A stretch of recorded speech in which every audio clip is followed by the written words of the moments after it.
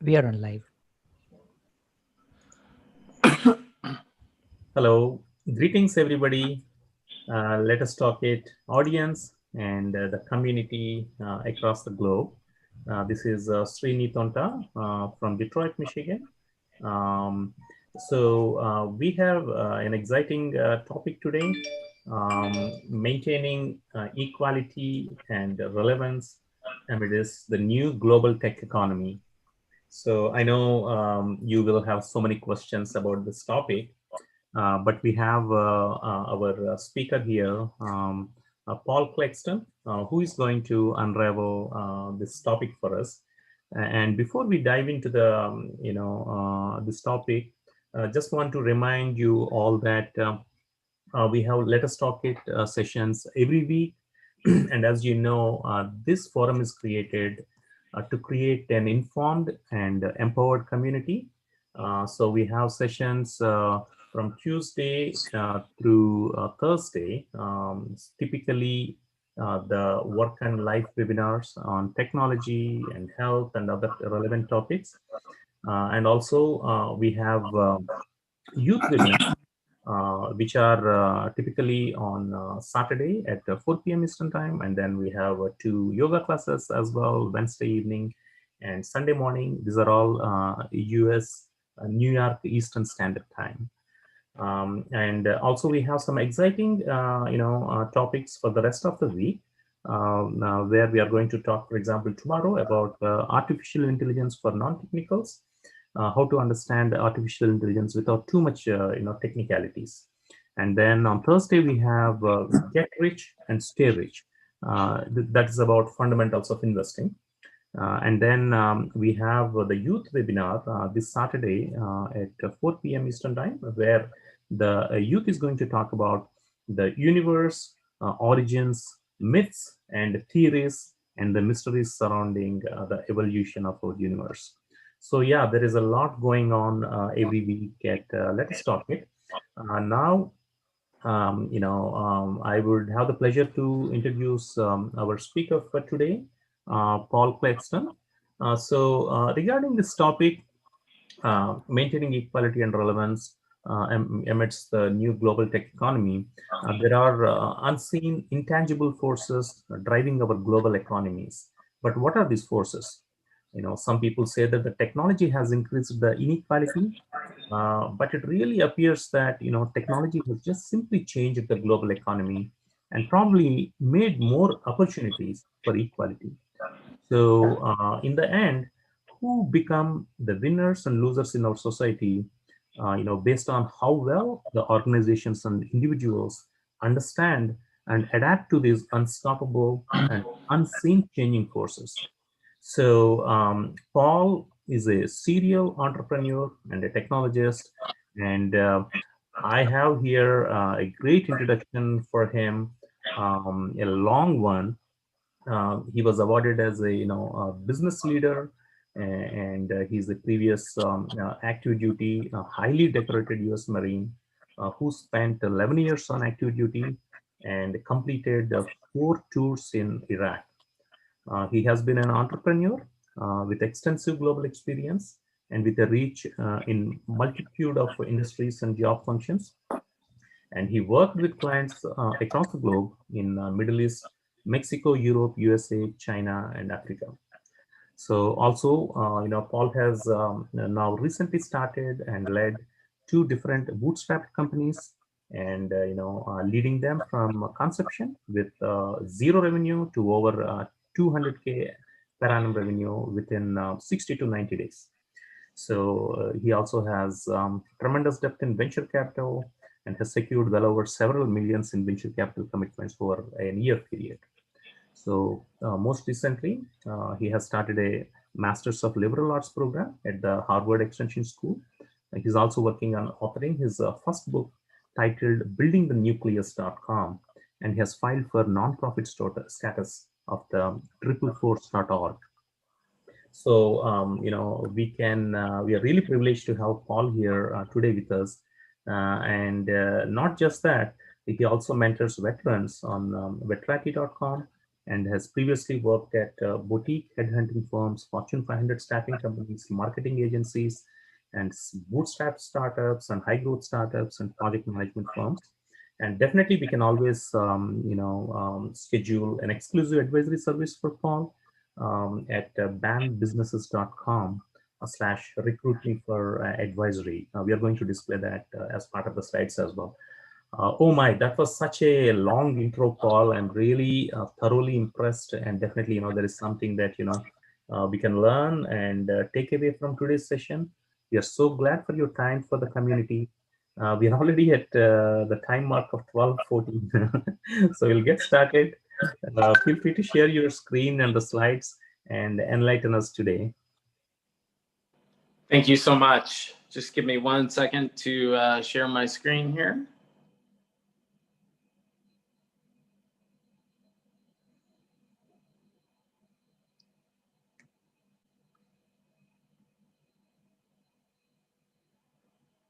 And can you see my screen?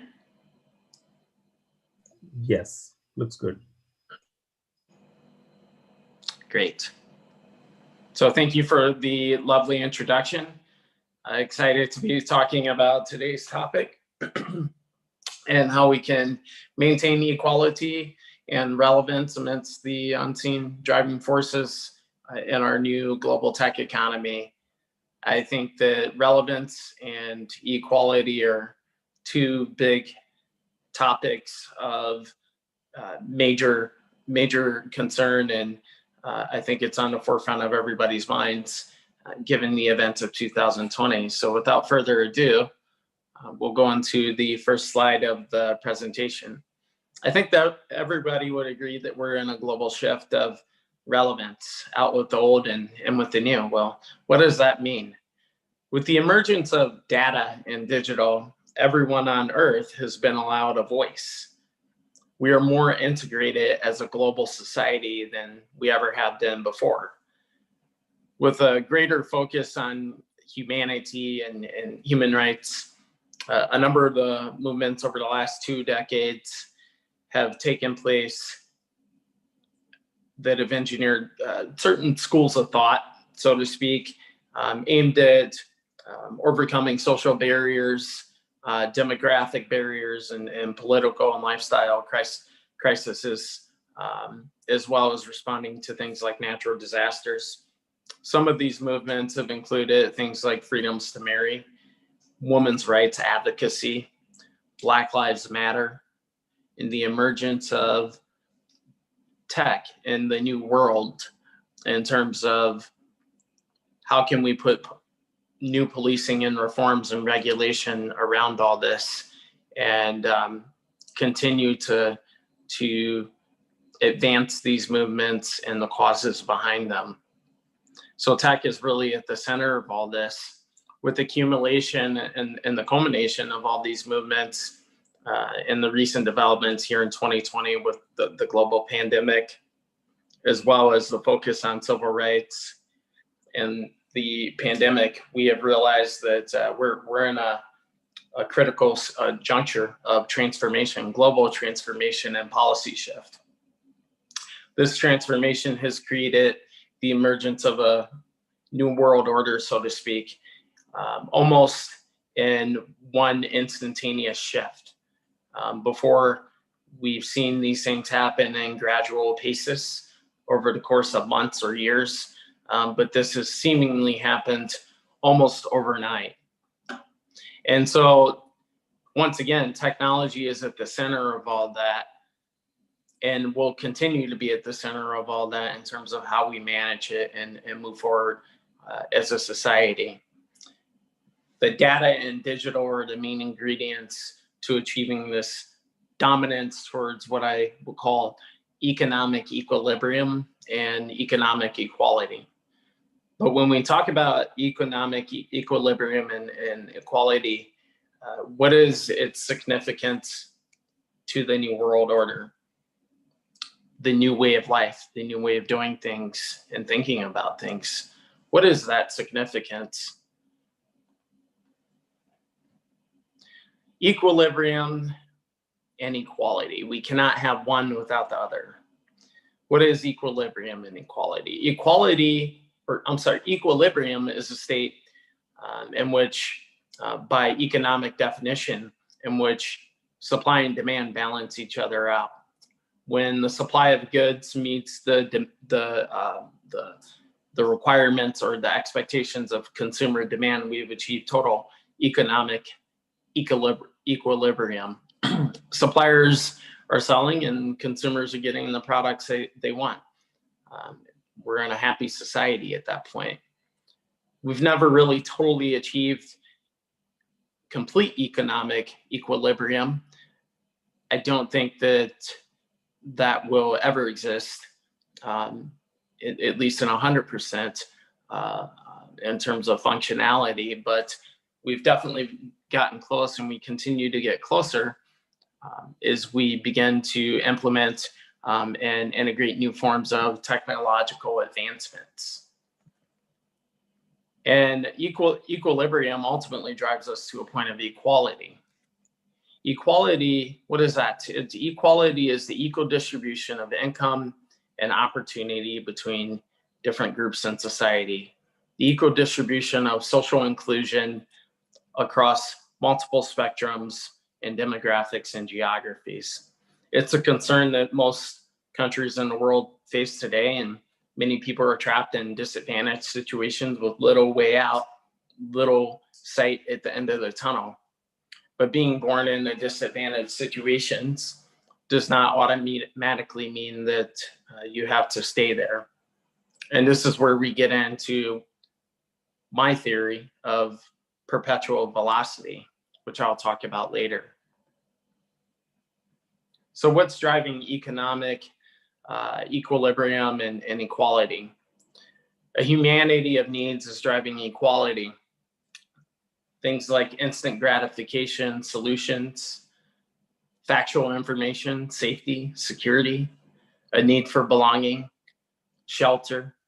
All these things are what drive us to make decisions and what drive us to improve and create and innovate technological advances that can improve people's lives and advance society forward and preempt crisis before they take full fold. And this would essentially be Maslow's hierarchy of needs that are driving our economy forward. There are many uncertainties and concerns around the future. And this is what is ultimately driving supply and demand, which in turn also is based on the needs of society. So these concerns essentially drive supply and demand, which are based on the needs of society, or Maslow's hierarchy of needs, which we just covered. What are these concerns? These concerns involve everything from shelter, such as unemployment. Is tech taking our jobs? Is there a influx of inequality taking place? Privacy. What data that I put out and shared through either text message or on social media, what data truly is secure? Depletion of resources. Will I wake up tomorrow and turn the faucet on and not have water? Privacy. Oh, we already covered privacy, sorry. Looks like I had a double typo in there.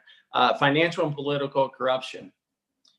So as we begin to make decisions in response to global crisis, policy shifts that could potentially affect the masses, where there might be division that exists,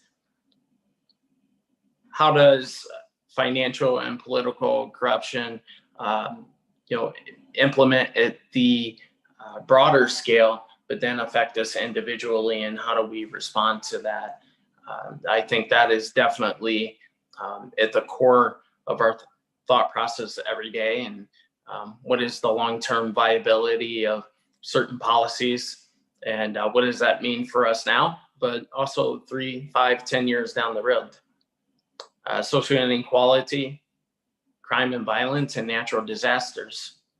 So in response to some of these top concerns that are kind of ubiquitous and redundant across countries throughout the world, supply and demand will happen ultimately at the organizational, at the governmental levels, and we will continue to respond to these concerns almost as macro societies, so to speak, or collective societies, and will respond to the needs of the human race, the evolving needs of the human race. May the force be with you. When you think of some of these adjectives here, smaller, equality, faster, better, instant, consumption, equality in safe, secure, policy, privacy, displacement, gratification, education, and trust. What do those mean to you? I think they mean different things to different people in certain parts of the world. But one thing is for sure, they do breed innovation. We live in an innovation economy, a creation society, because of a global shift in social norms. Environmental change and technological advances are changing consumer expectations that we're experiencing proliferous and innovation and change. What does that mean? It means that we're leaving from a service-based economy to a product-based economy. We're moving back from consumption and towards sustainment. That means that no longer are we necessarily relying on services to fulfill the needs of the economy, but the economy dictates that we create new products. And because of this decentralization that is kind of taking place here, a different type of product economy has evolved. A superpower, almost like a super advanced environmentally conscious product economy has evolved. In the early 20th century, all the way into the 1990s, we were global economies largely forced in manual labor production of soft goods, textiles, physical infrastructure, building roads, and so forth, building certain products like stoves, refrigerators, and so forth. But now, by and large, we have machines to do all of that. Today in the 21st century, many of these technological advances can replace all of that manual labor at a cheaper and faster rates. As a matter of fact, by 2025, statisticians expect that 52% of our jobs will be replaced by robots or by machines of some sort. So with digital and data, the voice of the people has never been louder. Over that time, voices lobbied the demand for better, more technical products, larger job markets, inflation, higher equality, consumer transparency. All that has grown. These demands have further taken their tolls on the environment. And all this has resulted in what we would call the emergence of the digital and data areas, core components to the evolving of our species, right? It's resulted in the focus for environmentally safe products in an advanced state like we have never seen before. All these shifts happening throughout our global economy are creating new industries, new products, companies, concepts, social norms. They're changing things faster than we can blink. And we don't even have access or an ability to kind of keep track or tabs on all of it because there's too much data flowing around. So it is up to us to be able to kind of think on our feet and think ahead of the times and adapt and innovate to the finer points of equilibrium and equality, which will determine our relevance as organizations and as individuals.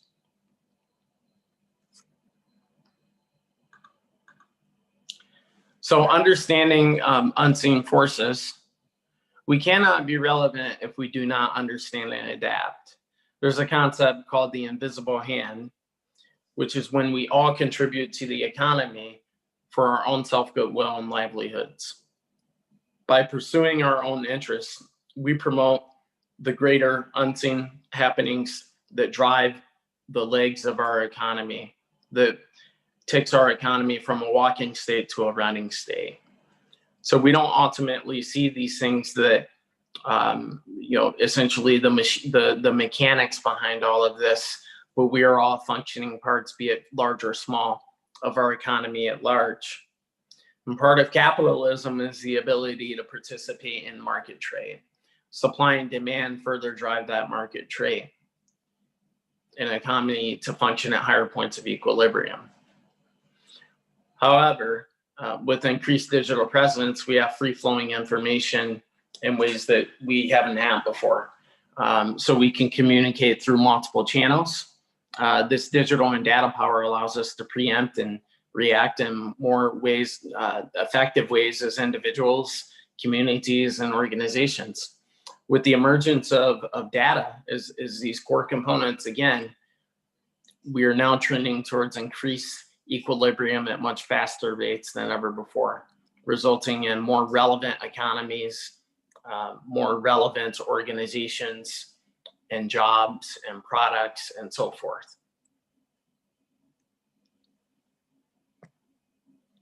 Innovation is a vague term to most. Most people think it means to create something or to change an entire industry or to create a product that takes the world by storm. Innovation has many meanings and subsets and alternate definitions and supportive theories. Innovation, though, at its core is nothing more than how do we continue to innovate to improve society and advance society forward, right? How do we make our lives better and more efficient?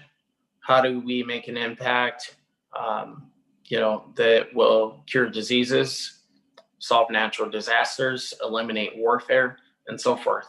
That's innovation. This is where relevance and equality begins and ends.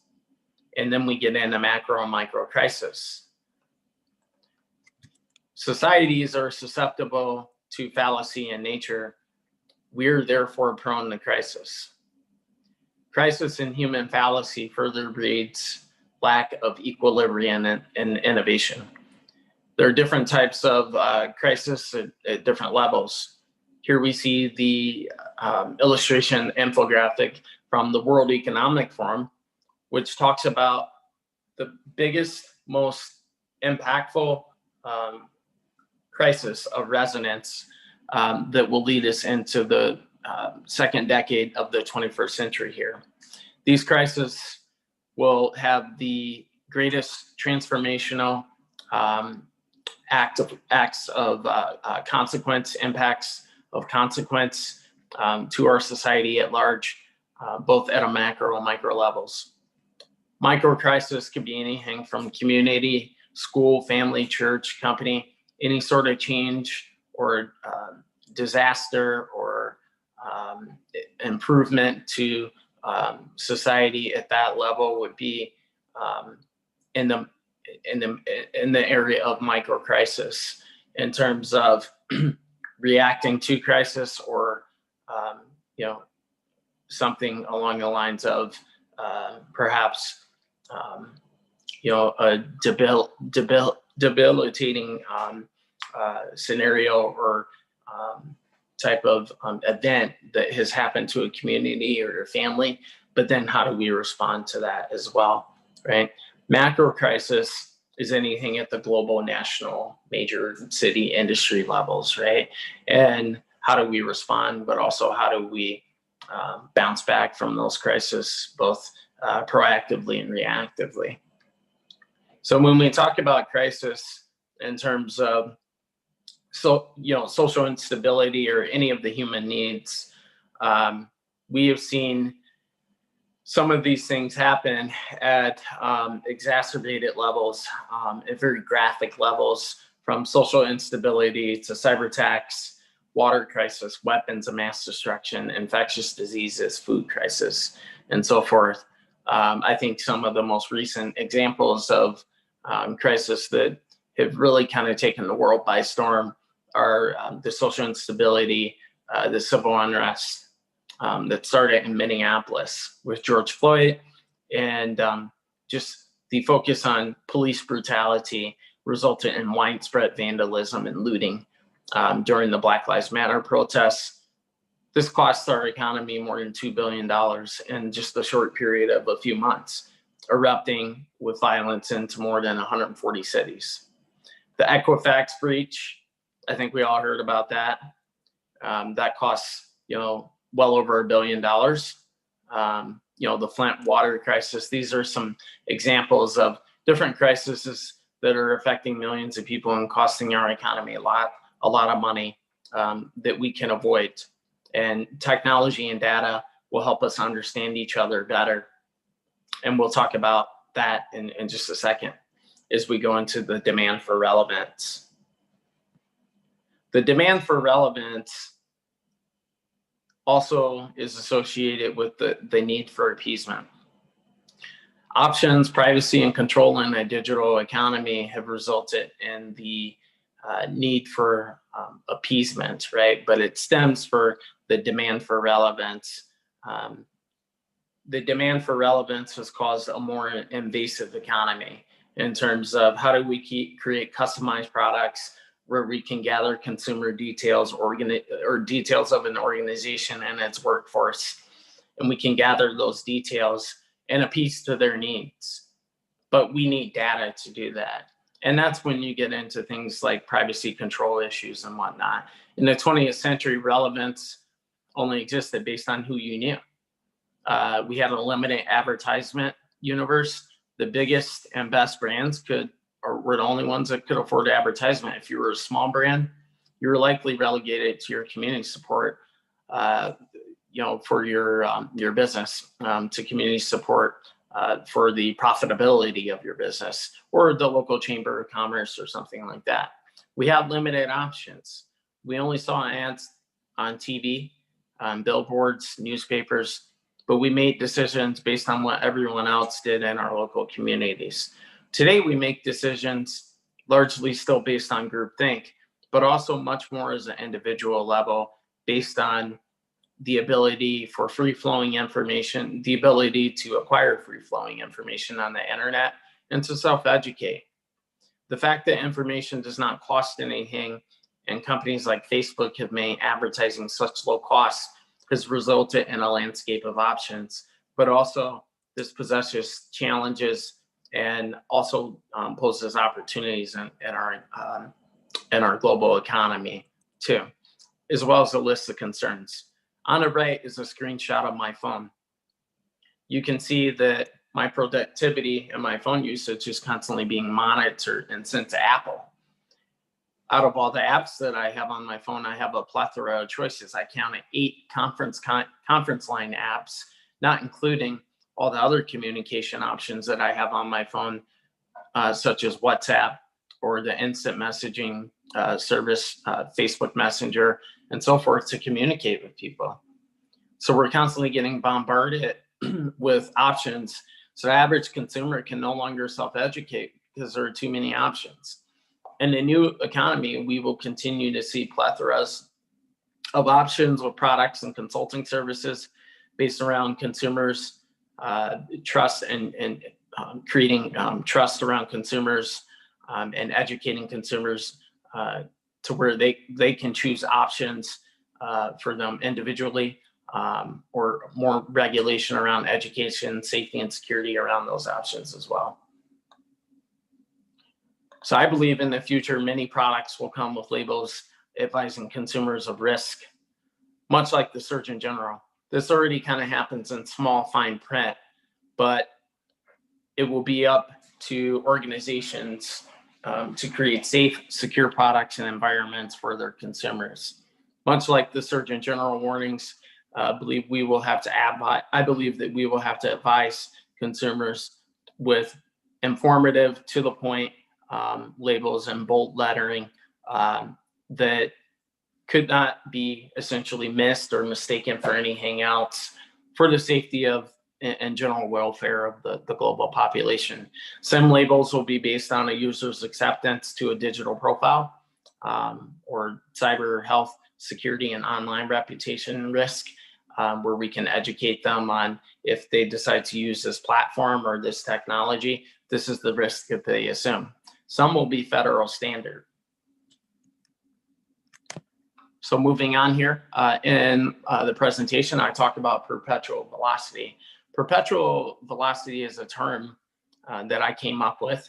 It's an innovation concept from me, which basically says if time is a constant, but innovation growth is not. So all brands have to constantly be innovating, and as they grow, as time moves forward, that bubble gets bigger. So brands get more removed from the core of their brand, and it continues to expand and expand. And if they're not constantly innovating back to and based on the core of their brand and where they started, then eventually that bubble pops. And this is true with companies like Blockbuster. Some of the most innovative companies like Amazon, Ford, who's been around for over 100 years, are still innovating today. Blockbuster is a good example of a company that failed to innovate, and they're out of business.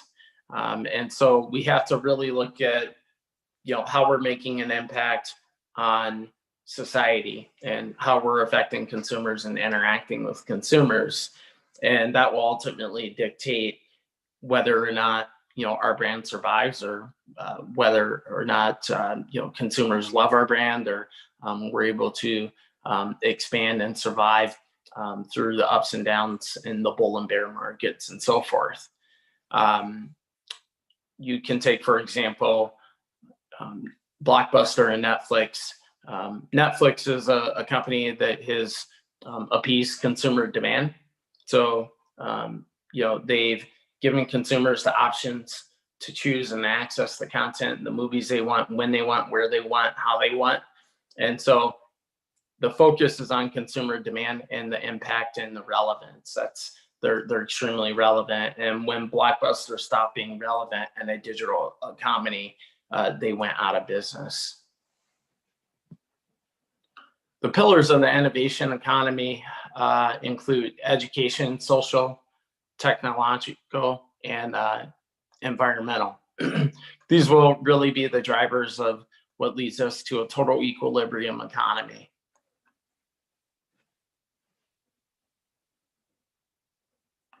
Education for relevance and machine learning, moving into how we educate and how we learn. A lot of our learning will be machine learning based. Traditional education systems just can't keep up with the pace of technology or the skills that will be required for the future. There's no way that people can learn as fast as they need to learn, as much as they need to learn.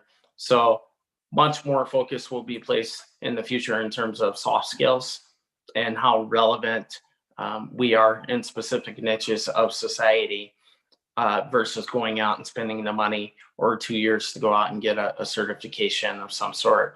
So thinking ahead for relevance and practicality will be much more of what our system is, our educational system is based on, versus learning trigonometry, because it's not relevant. When was the last time you did a trigonometry problem?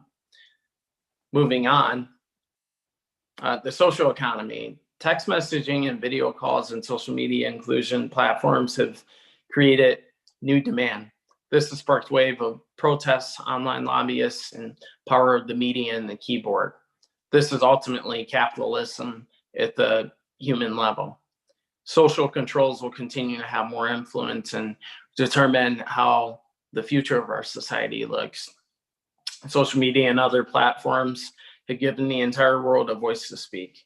Leaders who speak to people and identify and address issues at the human level, statuses of versus statuses of totalitarian government, those leaders will be more relevant, is the ones who speak at the human level. we will begin to see more leaders in technology move into government and advise in government. We've already seen this with people like Elon Musk. Tech leaders in government will have to operate and speak at the human level once again if they want to achieve the success that they wish to achieve and be relevant.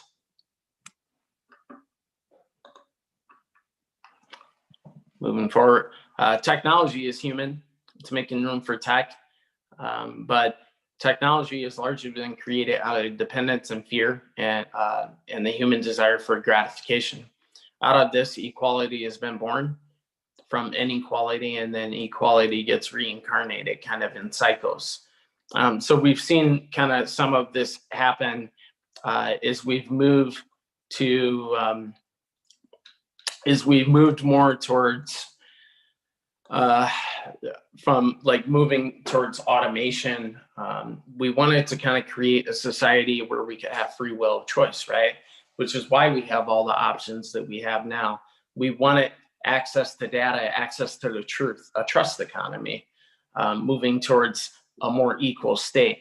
But what I predict is that in the future, as we do become more automated, I think we're going to kind of start to see a reversal to a de-automation of certain technologies, certain policies in society, because I think as we begin to continue to automate, we're actually going to move too far to the other side, and we're going to see a lack of free will, opportunity for free will.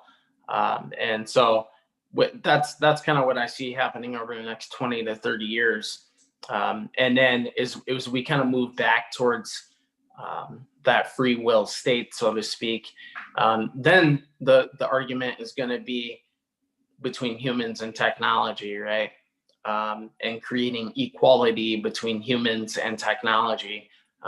That will be the equality race, or the race for equality at that point, as we attempt to move back towards from automation to free will. But that's going to be at least I'd say a 30 to 40 year process of evolving. Environmental, moving from consumption to sustainment. Well, that involves everything that we're trying to do as a society, from the focus on greenhouse gases, reducing pollution in our ozone layer, moving from vertical or from farming societies to vertical societies, consolidation, smart warfare, things of that nature. We're looking at how can we, as humans, have less of an impact on our non-renewable resources, and using our renewable resources or engineering resources that we can live off of at mass scale as a society. And ultimately, as we begin to innovate in some of those areas, we'll begin to see more manufacturing being brought back to manufacture these products for the growing global population, the growing global society. Any questions? Wow. What a fantastic presentation. I think it was very futuristic, and I would say even philosophical on certain aspects. It's pretty interesting, and it really is very thought-provoking, Paul. That's such a great presentation. And yeah, especially, definitely I have some questions, and then also we will check if there are any questions from Facebook, YouTube, and LinkedIn. Meanwhile, just want to announce again to the audience that, we have the webinars, almost every day, except for Monday right now, the Let Us Talk It webinars. And also want to, add another good news that we added a regional language series as well, because Nelson Mandela once said that if you convey something in mother tongue, it not only goes to the head but also it goes to the heart. So we kick-started, Let Us Talk It sessions in regional languages. To start with, in a South Indian language, Telugu, which is my mother tongue too. So we have those sessions every Sunday, 7:30 p.m. Eastern Time. It is the same Zoom link. It is every Sunday, 7:30 p.m. Eastern Time. And also we are trying to expand to other languages, Spanish, and some Indian languages, Hindi, Tamil. So yeah, definitely, if there are volunteers or speakers interested in these languages, feel free to reach out to us.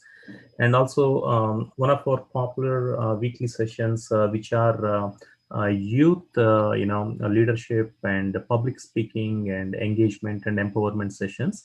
So we have the youth prep sessions on Tuesdays, Wednesdays, and Thursdays.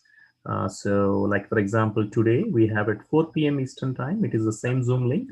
We'll talk about the universe and the perplexities and the mysteries surrounding the universe. That's a one youth prep session at 4 p.m. and then we'll have another youth prep session at 9 p.m. Eastern Time. This is created as another youth group for another time zone. Mostly suiting West Coast timings. It is at 9 p.m. Eastern Time. So they're going to decide the topic today. So yeah, there is a lot happening on Let Us Talk It forum. So please join hands, in achieving our vision of creating an empowered community with a lot of information. So, okay, so now going back to Paul's session, which is an amazing one. So one of the questions, Paul, I have is you talked about perpetual velocity for the human survival. And how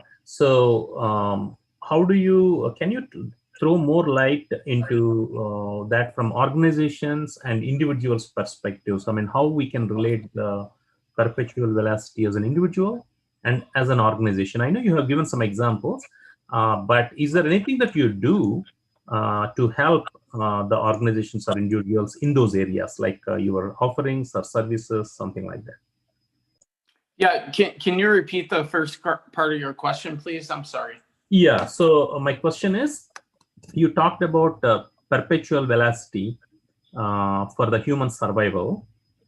And my question is, do you help organizations or individuals, in that area? That is number one. And number two, if you had any testimonials or examples where you applied that to some of the startups or the others that probably were interacting with you or taking help from you. I wanted some practical examples as well that we can relate on that. Sure. So yes, to answer your question, we do help organizations and communities adapt to some of the changing forces in the market. So what my company does, we're an innovation management consulting firm.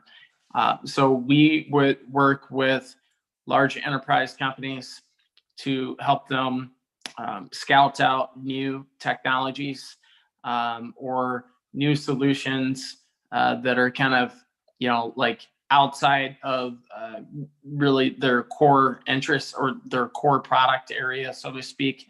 And how could those new solutions help them either make their current products and services better, or how could they potentially bring new products and services to their company that are going to add to their bottom line, but also most importantly, make an impact in and for the customers and the markets that they serve. So that innovation and that research and development could involve anything from new product engineering and development to IP and licensing strategy, hackathons. We could potentially put together things like PR and media events to help organizations talk about the future of their company and where they're headed 5, 10, 15 years down the road, and what that means for the people and the companies that they serve.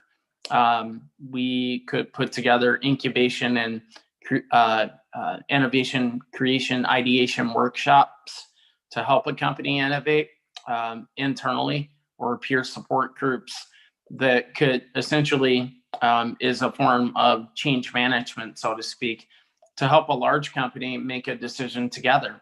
Perhaps a company that has thousands of people, thousands of managers, and across the world, and help them make decisions together as a whole.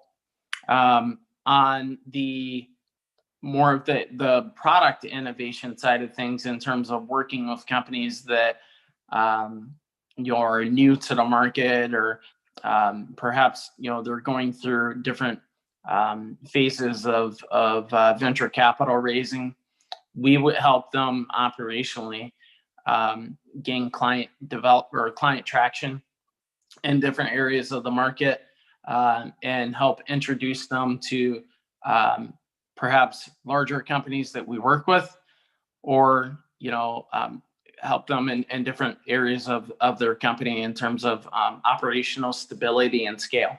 So that could mean anything from reduction of different operating costs, looking at ways to kind of leverage some of their own internal resources, or resources that they're already paying for, and reduce redundancies to help them scale faster and increase their net operating margins. That could also mean helping them think about different ways to engineer or market their products, and develop IP or various commercialization strategies that perhaps they have not thought of before. So that's number one. Number two, we had a really great case study with PricewaterhouseCoopers, where they were consistently getting innovation requests, consulting requests, and they were just getting to a point where it was getting to be overwhelming, and they thought that if they had the right solutions, they could really mitigate or potentially totally eliminate some of these consulting requests just through products and services alone. And that would in turn create a new product line, or a new market dimension for PricewaterhouseCoopers. And so through this engagement, we help them innovate and research and development a new line of products that eliminated and reduced the need for the consulting requests, as well as created some new revenue streams for them. Excellent. Thank you, Paul. Your great inputs on that. And then, this is not really specifically about today's topic, but I know you're really helping companies in the startup mode from conception. So can you tell a little more about how you helped any startups, or what kind of specific services and how you can really make them succeed? In terms of how we can help companies succeed? The startup. Was that your question? Specifically for the startups. My question is specific to startups. Yeah. Yep. So one of the things is, when it comes to startups, many of them are coming from segmented industries. They're coming with limited expertise across different industries, limited connections, just overall across the board a limited amount of resources. And so what we would come in and do is help them really in the 4 key areas that are important to a new thriving startup. Number one is networking, and as it relates to relationships, right? So networking as it relates to relationships, and the values that should be attached to having a quality network. So values, we would bring that to a startup. And then number 2 is sales, right? You got to have sales, because without sales, you don't have anything. So if you're a product company, you got to have, an idea. You got to have something for people to want to buy. And if you're still kind of in that stealth mode stage, then you got to market test your idea, because you don't want to build a product that no one wants. So that's where we would come in with research and development and market assessment and business analysis. What is the potential for success of the product? And then in addition to that, you got to have, as a number 3, you got to have the people, because you can't build a company without people. And then number 4, you got to have technology. And then 5, you have to have kind of like an HR or a human capital strategy, right? In terms of culture, how are you going to hire people? Where are you going to get these people from? Are you going to get them onshore, offshore, near shore? Where are they going to come from? And then moving on, number 5, you need to have a kind of like a financial legal structure, because inevitably you will encounter legal challenges. I mean, I did in my first year of business as an entrepreneur. It's not that you did anything wrong. It's just that, these things happen, and disagreements happen with companies, with people. And so you're going to encounter legal challenges, and you need to have that infrastructure. Additionally, you need to have a financial plan, because as well as projections and how you're going to manage the money within the company. Because when you do start making money, you want to have that kind of that structure and those controls in place, so that people aren't going out and basically financially sabotaging the organization. So you need to have those things in place. So we would start there and looking at all that. You have no idea how many companies that I've run across that don't have any of that and then some, right? And they think that they're going to go look for, an investor's money or a bank's money. And then number 3 is, or lastly, but not least, not number 3, but lastly, not least, how are you going to grow? Are you going to go get VC money? And if so, why? Are you going to go get bank financing, or are you going to grow organically? So basically, are you going to go the fundraising route, or are you going to go through sweat equity organically? There's value adds to each one, pros and cons. And so you got to help kind of determine, what all that is, and make sure that, you have all that in place as an organization.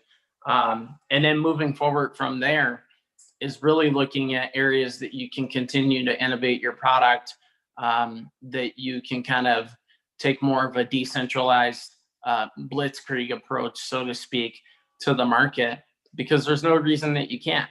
We work in a remote society, so there's no reason that you can't quickly innovate or push your product or your technology potentially into a new market, or have clients in a certain part of the world, or have consultants in a certain part of the world. It's just a matter of research and, kind of doing the legwork to ensure that, you've done your due diligence to make sure that you're making the right decisions. And so those are some areas where we would help as a consulting agency. Yeah, that sounds really good. I think you really, touched upon the important aspects of the startup. And I think the first point that you mentioned was about the relationships. So can you elaborate just a bit on the relationships? When you say relationships, how will you help in based on the domain of the startup? Then you want to help with the relationships that are needed for that particular startup success? Or?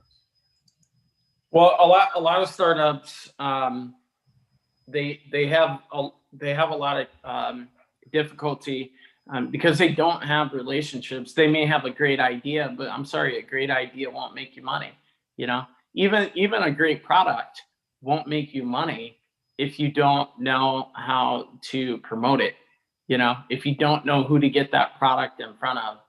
And so that's why it's important to understand relationships, understand your audience.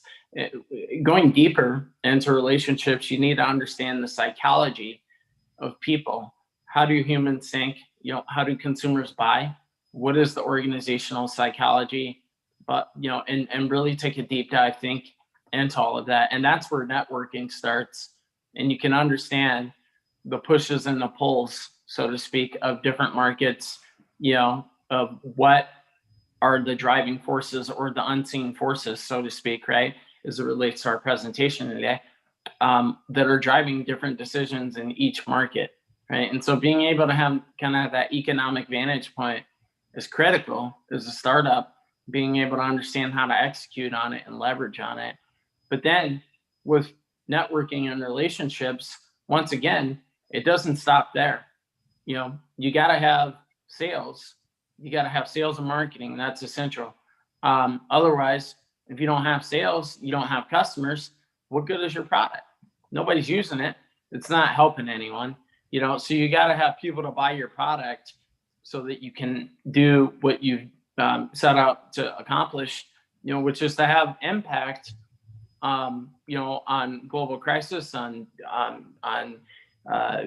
things challenges that organizations face, things that people are dealing with, to have a for-profit company to address those challenges and help people have have more efficiency, or to be able to live a better lifestyle, or to talk with their loved ones in a different way, or that maybe they haven't before, or to connect with people in a different way that maybe they haven't before, or to understand themselves, something about themselves in a way that makes them a better, more contributive member of society. And so that's where you get the sales from. And then once again, going into the other key components, which I mentioned, are the HR. What is your human capital strategy, and then the finance and the legal, and then the technology. You got to have all of those pieces. Now, while those are not necessarily directly relationship based, you do need to understand, as a company, how does that interoperate, or kind of how does that function, is a kind of a moving part, so to speak, to relationships altogether. And how do people think about money? That should be in alignment with your financial strategy, in terms of how does your company think about money? Well, what is your financial strategy? And then how do your consumers view money as it relates to purchasing your product? That should also tie into your financial strategy. And then your culture ties in your human capital strategy as well. So what kind of people do you have? Is building your culture, but it's also building not just an internal culture, but it's building a customer culture as well, because people will ultimately connect with your customers. I think we all have a connection and maybe an affinity for people like Jeff Bezos or Mark Cuban, but those people lead organizations, and they are the culture of their company.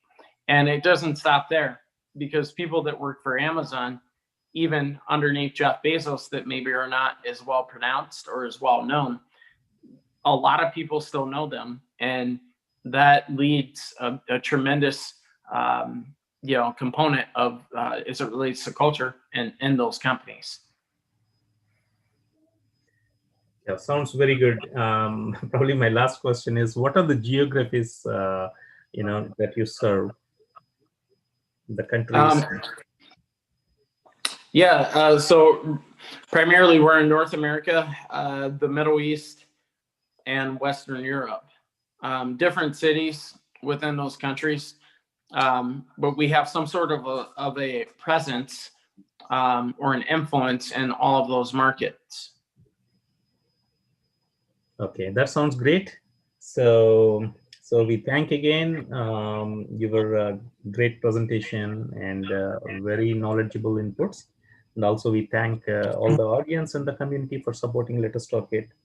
And so we'll again meet tomorrow at 12 p.m. Eastern time for the session on the artificial intelligence for the non-technicals. Thank you, Paul, and everybody. So you have a great one, and we can conclude the session now. Thank you so much. Bye-bye.